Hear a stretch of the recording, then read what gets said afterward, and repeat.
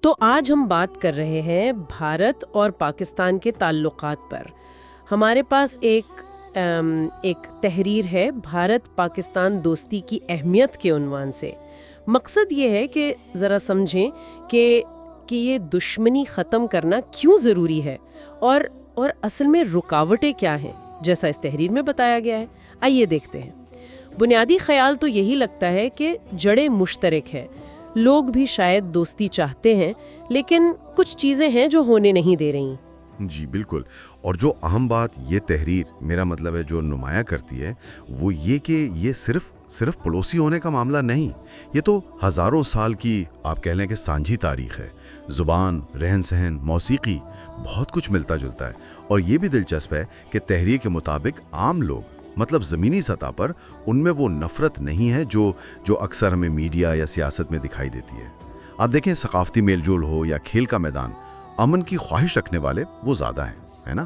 جی، یہ بات تو اہم ہے، کیونکہ اکثر یہی کہا جاتا ہے کہ عوام تو لڑنا نہیں چاہتے، لیکن پھر وہ ماضی کی جنگیں، تحریر میں ان کا ذکر ہے، مطلب ان کے اثرات کا، ظاہر ہے نقصان ہی ہوا ہوگا۔ وہی تو تحریر میں یہ واضح کیا گیا ہے کہ جنگوں نے مسائل حل نہیں کیے بلکہ انہیں شاید مزید الجھا دیا ہے۔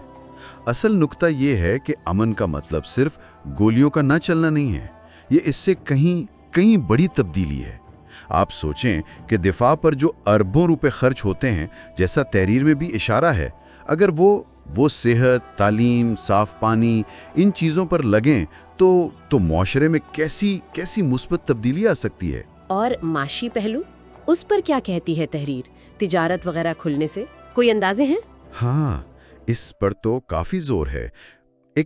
ایک تجزیہ یہ بتاتا ہے کہ اگر سرحدیں تجارت کے لیے صحیح معنوں میں کھل جائیں تو نہ صرف چیزیں سستی ہوں گی بلکہ روزگار کے لاکھوں نئے مواقع پیدا ہو سکتے ہیں۔ اور یہ صرف ان دو ملکوں کا فائدہ نہیں، یہ تو پورے جنوبی ایشیا کے لیے معاشی استحکام لا سکتا ہے۔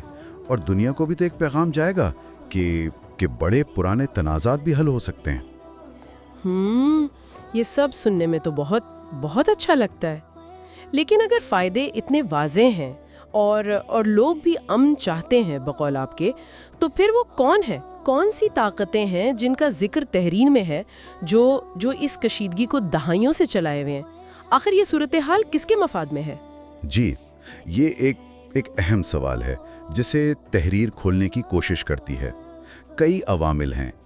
ایک تو دونوں طرف کے وہ انتہا پسند عناصر ہیں جو مذہب یا قوم پرستی کے نام پر پرانی شکایتوں کو استعمال کرتے ہیں۔ وہ ایک خاص قسم کا جذباتی بیانیہ بناتے ہیں جس سے نفرت کا ماحول گرم رہتا ہے اور ان کا اپنا اثر و رسوخ بڑھتا ہے۔ یعنی یہ نفرت ان کے لیے ضروری ہے؟ کسی حد تک ہاں۔ پھر دیکھیں اسلحے کی جو عالمی اور مقامی صنعت ہے ان کا بھی ذکر ہے۔ ان کے لیے تو یہ کشیدگی، یہ جنگ کا ماحول، یہ منافع بخش ہے۔ ان کے مفادات تو امن سے بالکل ٹکراتے ہیں۔ پھر کچھ سیاسی حلقے بھی ہیں۔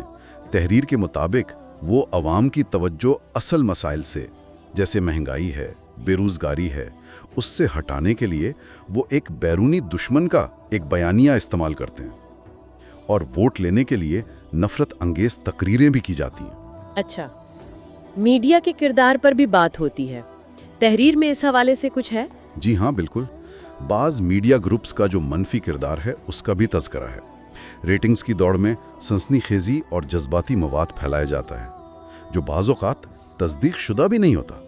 وہ نفرت کو اور ہوا دیتا ہے۔ اور ایک اور اہم بات، تاریخی زخم جو ہیں خاص طور پر تقسیم سے جڑے ہوئے، ان کو بھرنے کے بجائے انہیں بار بار کھریدا لاتا ہے تاکہ وہ تلخی زندہ رہے۔ اچھا، تو یہ رکاوٹیں تو واقعی کافی پیچیدہ اور گہری ہیں۔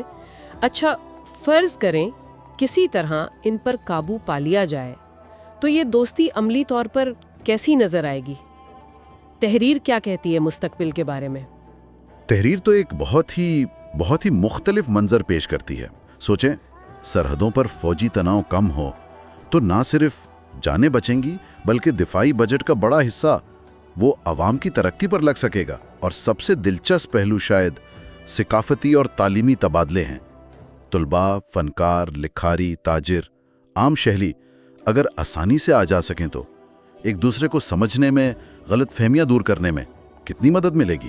اور جو بنیادی مسئلہ ہے کشمیر کا، کیا دوستی کی فضا میں اس پر کوئی پیش رفت ہو سکتی ہے؟ تحریر کا موقف یہی ہے کہ ایک دوستانہ ماحول میں ہی کشمیر جیسے انتہائی پیچیدہ اور حساس مسئلے پر کوئی بامانی پرامن بات چیت ہو سکتی ہے، جس سے کسی پائیدار حل کی طرف بڑھا جا سکے۔ دشمنی کے ماحول میں تو بات چیت کی میز پر بیٹھنا ہی مشکل ہو جاتا ہے، اور اس کا اثر صرف 2 ملکوں تک نہیں رہے گا، یہ تو پورے جنوبی ایشیا میں علاقائی تعاون، امن اس کی بنیاد بن سکتا ہے، اور سب سے بڑھ کر آنے والی نسلیں، ان کا مستقبل وہ نفرت کے سائے سے نکل کر تعلیم، ہنر، ترقی، ان چیزوں پر توجہ دے سکیں گی۔ تو گفتگو کا خلاصہ یہ نکلتا ہے کہ اس تحریر کے مطابق بھارت اور پاکستان اگر ماضی کی تلخیوں کو پیچھے چھوڑ دیں تو ایک بہتر مستقبل ممکن ہے۔ مشترکہ ورثہ بھی ہے، لوگوں کی خواہش بھی ہے، جبکہ نفرت اور تنازع سے حاصل کچھ نہیں۔ بالکل، اور حتمی بات جو اس مواد سے سمجھ آتی ہے وہ عوام کی طاقت ہے۔ تحریر اشارہ کرتی ہے کہ اکثریت امن چاہتی ہے، اصل ضرورت اس آواز کو سننے کی اور اس پر عمل کرنے کی ہے۔